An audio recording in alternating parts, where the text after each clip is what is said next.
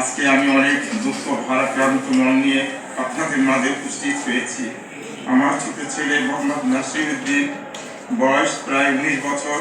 এবার সে Hamdard public college থেকে intermediate পরীক্ষায় অংশগ্রহণ করেছিল 2024 সালে। প্রায় 10 দিন যাবৎ নিখোঁজ। পিতা হিসেবে আমার মানসিক অবস্থা আপনারা নিশ্চয় উপলব্ধি করবেন। আমার স্ত্রী সন্তানের দুশ্চিন্তায় প্রায় পাগল। তার নাম জেসমিন খন্দকার। প্রিয় সাংবাদিক ভাই বোনেরা, আমার ছেলে মোহাম্মদ নাসিরউদ্দিন সাকিব গত 18/9/2024 ইংরেজি তারিখে রাত আনুমানিক 10টার দিকে আমার 107 নিউজ কার্টনের বাসা থেকে বের হয়ে অদ্যাবধি ফিরে আসেনি।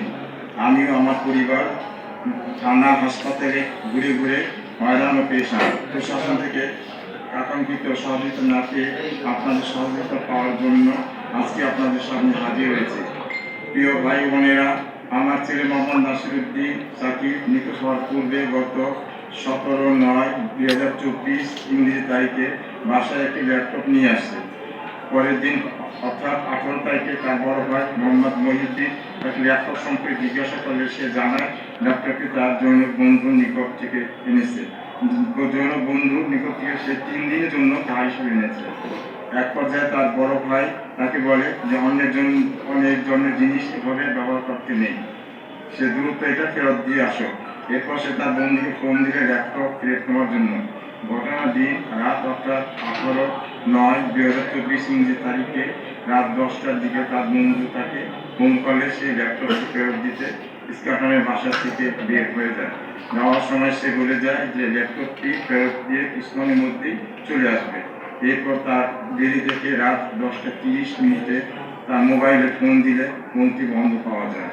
প্রিয় সাংবাদিক ভাই বোনেরা, আরও বেশ কিছুক্ষণ অপেক্ষা পর সে না ফিরে আসায় আমি আমার পরিবার সহ লোকজন ওই রাতে আশেপাশে সব জায়গায় খোঁজাখুঁজি করি, কিন্তু তাকে আর পাওয়া যায়নি। ওই দিন থেকে আজ পর্যন্ত তার মোবাইল বন্ধ পাচ্ছি। পরদিন অর্থাৎ 19/9/2024 ইংরেজি তারিখে সারাদিন সম্ভবত স্থানে কলাবাগান পান্থপথ শাহবাগ থানা শাহবাগ থানা ও ঢাকা মেডিকেল খুঁজে তার কোনো সন্ধান পাইনি। অনেক খুঁজেও তাকে না পাওয়ার পর দিন 20/9/2024 তারিখে রমনা থানায় একটি জিডি করি, যার নাম 1245/1247। জিডি করার পর দায়িত্বপ্রাপ্ত কর্মকর্তার সাথে নিয়মিত যোগাযোগ রক্ষা করি, কিন্তু থানা থেকে আসানোর কোনো রেসপন্স পাইনি, যাতে আমরা প্রচণ্ড হতাশ। ইতিমধ্যে গত 23/9/2024 তারিখে আমার ছেলে ব্যবহৃত ড্রয়ার ও খাতাপত্র খোঁজাখুঁজি করলে একটি বাদামি রঙের খামে ল্যাপটপ ক্রয়ের স্ট্যাম্প দেখতে পাই, যাতে 1 লক্ষ টাকার ল্যাপটপটি কেনা হয়েছে মর্মে লেখা রয়েছে। উক্ত ল্যাপটপ কেনার বিষয়ে আমার পরিবার বা আমি কিছুই জানতাম না। ডকুমেন্ট পাওয়ার পর তাৎক্ষণিক রমনা থানার দায়িত্বপ্রাপ্ত কর্মকর্তা বিশাল সাহেবকে জানেন এবং তার ওই হোয়াটসঅ্যাপে পাঠাই। প্রিয় সাংবাদিক ভাই বোনেরা, আমি আমার সন্তানের দুশ্চিন্তায় অসুস্থ হয়ে পড়েছি। তার মা নানাবিধ অসুস্থতার পাশাপাশি সন্তান হারানো বেদনায় মূর্ছমান। সন্তানের খোঁজে এদিকে সেদিকে ছুটাছুটি করতে করতে ক্লান্ত। প্রশাসন আমাদের সহযোগিতা করছে না। বাধ্য হয়ে আপনাদের দ্বারস্থ হয়েছে। আপনারা জাতীয় দর্পণ, আপনাদের সহযোগিতা পেলে আমার ছেলে দ্রুত খোঁজ পাবো বলে আমার বিশ্বাস। এই বিষয়ে আপনাদের মিডিয়ার প্রচার ও আন্তরিক সহযোগিতা আমার মতো একটি অসহায় পরিবারকে স্বস্তি ফিরে দিতে পারে। এখানে ওসি পায়েলের সাথে যখন আমরা বসি, সে তার কথাগুলো মানে আমার মনে হয় না কোনো মানুষের মতো কথা ছিল।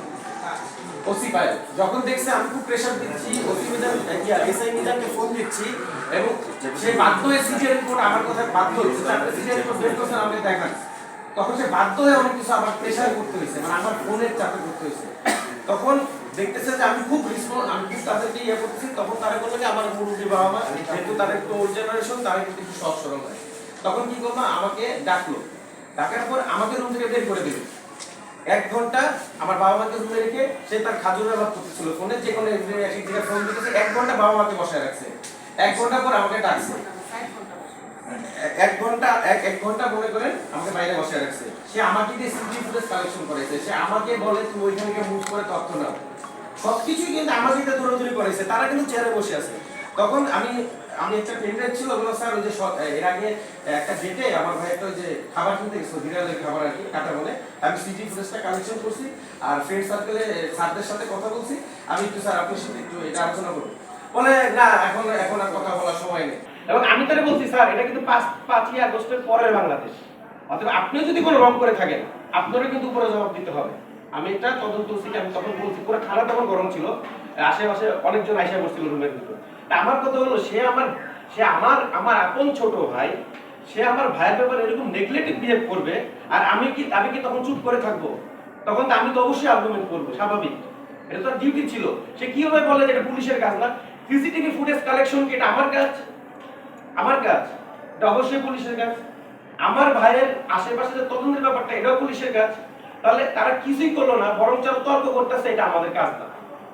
তাহলে কাজটা কার? যার এই কাজটা যার, আপনারা তার কাছে অন্তত আমার ভাইয়ের ব্যাপারটা একটু দিয়ে দেন, যেহেতু আমি রমনা থানার প্রতি কোনো আস্থা রাখি না। আমি এখনো বলতেছি আমার ভাইয়ের ব্যাপারে রমনা থানার প্রতি আমি কোনো আস্থা রাখি না।